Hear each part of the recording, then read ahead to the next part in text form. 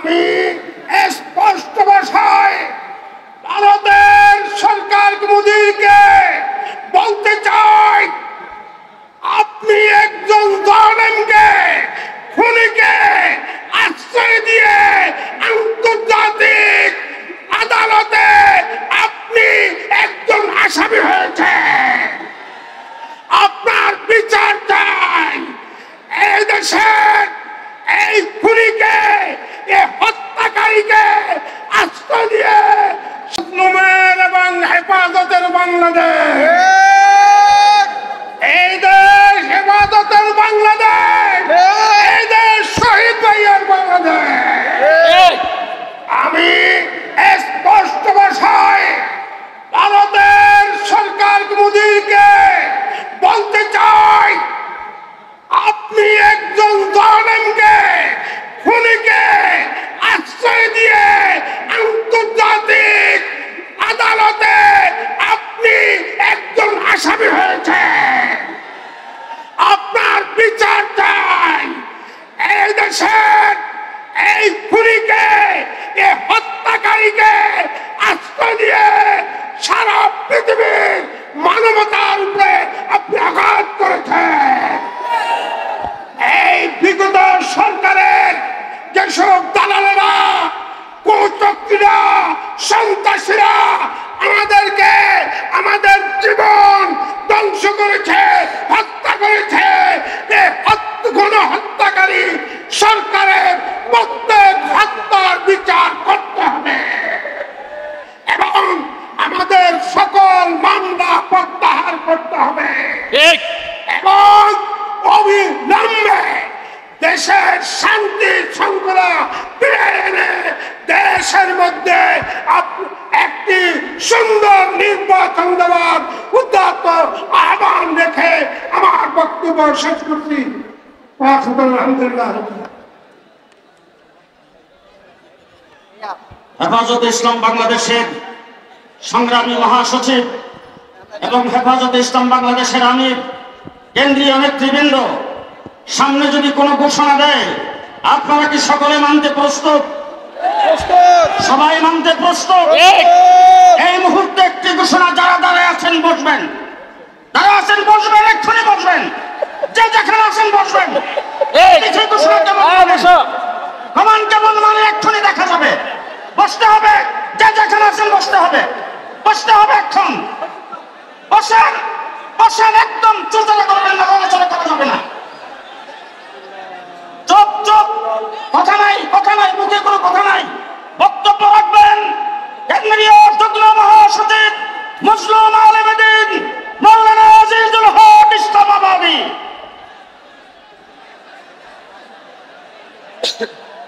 আসসালামু আলাইকুম ওয়া রাহমাতুল্লাহি ওয়া বারাকাতুহু। আজকের এই সমাবেশের সংগ্রামী সভাপতি, মঞ্চ উপবিষ্ট হেফাজতে ইসলাম বাংলাদেশের কেন্দ্রীয় মহাসচিব, জাতীয় নেতৃবৃন্দ, সমাগত ব্রাহ্মণবাড়িয়ার সংগ্রামী জনতা, আমি মাত্র দুটি কথা বলবো। এক নাম্বার হলো,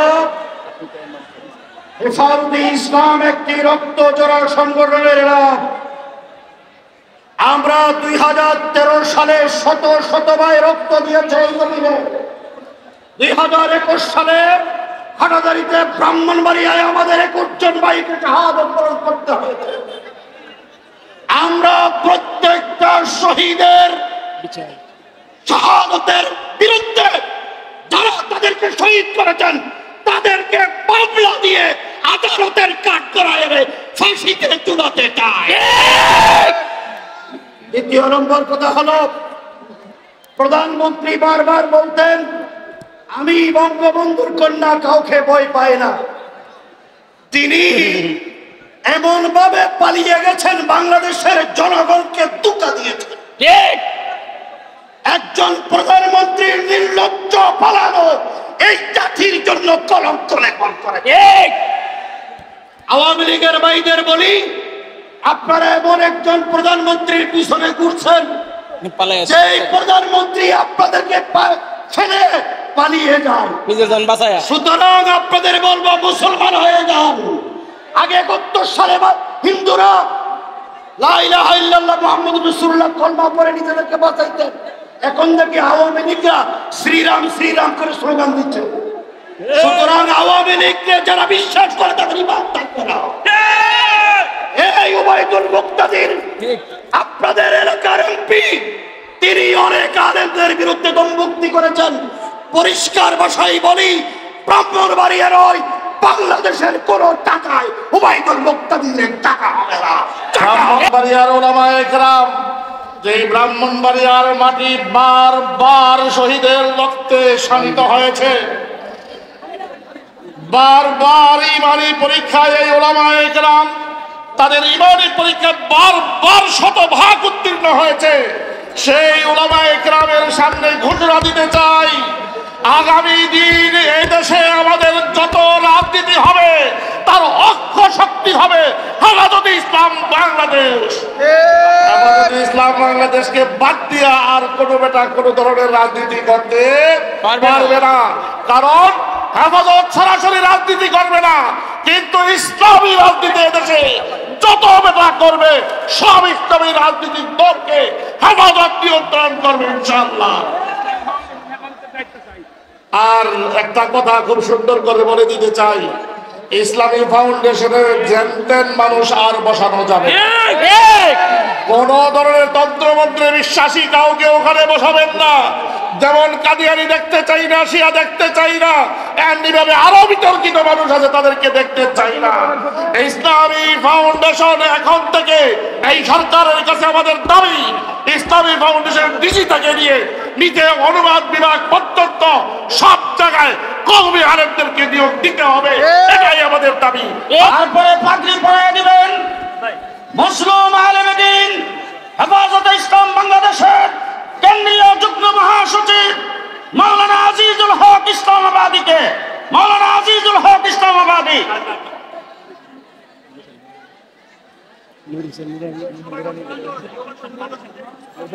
পাগড়ি পরায় দিবেন মুসলিম আলেমে দ্বীন হেফাজতের কেন্দ্রীয় নির্বাহী সদস্য মাওলানা মুফতি নূর হোসেন নুরানীকে। মাওলানা মুফতি নূর হোসেন নুরানী।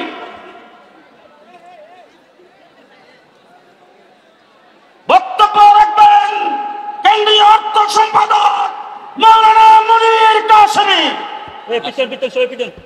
সবাই পিছন একটু পিছন, কত বলবো আর সবাই একজন একজন দেখা। نحمده ونصلي على رسوله الكريم أما بعد إنا فتحنا لك فتحا مبينا।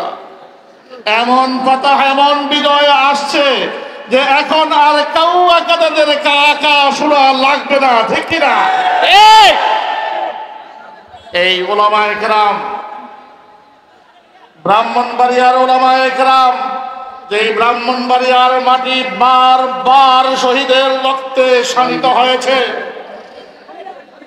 বারবার ইমানি পরীক্ষায় এই ওলামায়ে কেরাম তাদের ইমানি পরীক্ষায় বারবার শতভাগ উত্তীর্ণ হয়েছে। সেই ওলামায়ে কেরামের সামনে ঘোষণা দিতে চাই, আগামী দিন এই দেশে আমাদের যত রাজনীতি হবে তার অক্ষ শক্তি হবে হেফাজতে ইসলাম বাংলাদেশ। হেফাজতে ইসলাম বাংলাদেশকে বাদ দিয়া আর কোনো বেটা কোনো ধরনের রাজনীতি করতে পারবে না। কারণ হেফাজত সরাসরি রাজনীতি করবে না, কিন্তু ইসলামী রাজনীতি এদেশে যত বেটা করবে সব ইসলামী রাজনীতির দলকে হেফাজত নিয়ন্ত্রণ করবে ইনশাআল্লাহ। আর একটা কথা খুব সুন্দর করে বলে দিতে চাই, ইসলামী ফাউন্ডেশনের জেনতেন মানুষ আর বসানো যাবে না। কোন ধরনের তন্ত্রমন্ত্রে বিশ্বাসী কাউকে ওখানে বসাবেন না। যেমন কাদিয়ানি দেখতে চাই না, শিয়া দেখতে চাই না, এমনিভাবে আরো বিতর্কিত মানুষ আছে তাদেরকে দেখতে চাই না। ইসলামী ফাউন্ডেশন এখন থেকে এই সরকারের কাছে আমাদের দাবি, ইসলামী ফাউন্ডেশন ডিজি থেকে নিয়ে নিচে অনুবাদ বিভাগ পর্যন্ত সব জায়গায় কওমি আলেমদেরকে নিয়োগ দিতে হবে, এটাই আমাদের দাবি। আসসালামু আলাইকুম ওয়া রাহমাতুল্লাহি ওয়া বারাকাতুহু। এখন তাই ব্রাহ্মণবাড়িয়া থেকে খতিবে বাঙ্গাল আল্লামা জুনায়েদ আল হাবিবকে আগামী দিনে এমপি চাই, সাজিদুর রহমানকে এই জেলার মূল রাজনৈতিক মুরব্বী জেলা পরিষদের প্রশাসক চাই।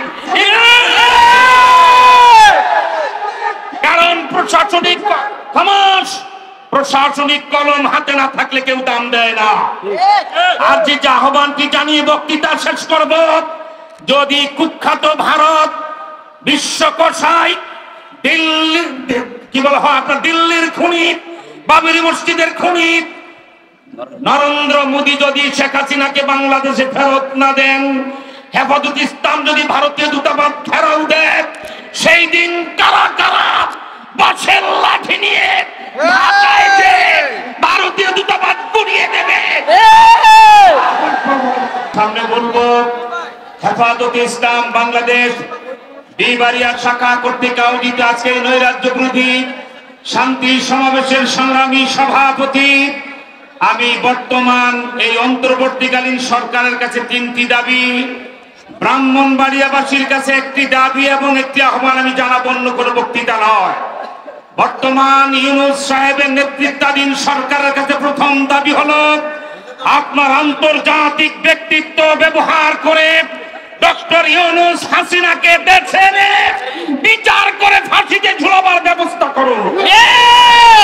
2 নাম্বার হলো, গেল 16 বছরে যত টাকা 15,000 কোটি ডলার বিদেশে পাচার হয়েছে, এই টাকা দেশে ব্যবস্থা করে রাষ্ট্রীয় কোষাগারে জমা দেওয়ার ব্যবস্থা করুন।